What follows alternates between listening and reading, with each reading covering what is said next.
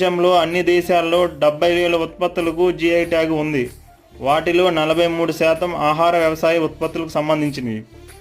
భారత్లో GI tag ఉత్పత్తులను పెంచడానికి కేంద్ర ప్రభుత్వం 2018లో వన్ డిస్ట్రిక్ట్ వన్ ప్రొడక్ట్ పథకాన్ని ప్రారంభించింది. దేశంలో 761 జిల్లాల నుంచి జిల్లాకు ఒక ప్రత్యేక ఉత్పత్తిని గుర్తించాలనేది దీని లక్ష్యం. ఇప్పటికీ ఈ పథకం కింద 1102 ఉత్పత్తులను గుర్తించారు. మన దేశంలో భౌగోళిక గుర్తింపు అంశాన్ని క్రమబద్ధీకరించే చట్టం geographical location of goods registration and protection act 1999 ఇది 2003 సెప్టెంబర్ 15 నుంచి అమల్లోకి వచ్చింది. Controller general of patents, designs and trade marks పదవిలో ఉన్నవారే జీఐ ట్యాగ్ రిజిస్ట్రార్గా వ్యవహరిస్తారు. గత ఆర్థిక సంవత్సరంలో భారతదేశ రక్షణ ఎగుమతులు 21,083 కోట్లు కాగా ప్రస్తుత ఆర్థిక సంవత్సరంలో 35,000 కోట్ల రక్షణ ఎగుమతులను లక్ష్యంగా పెట్టుకుంది. ద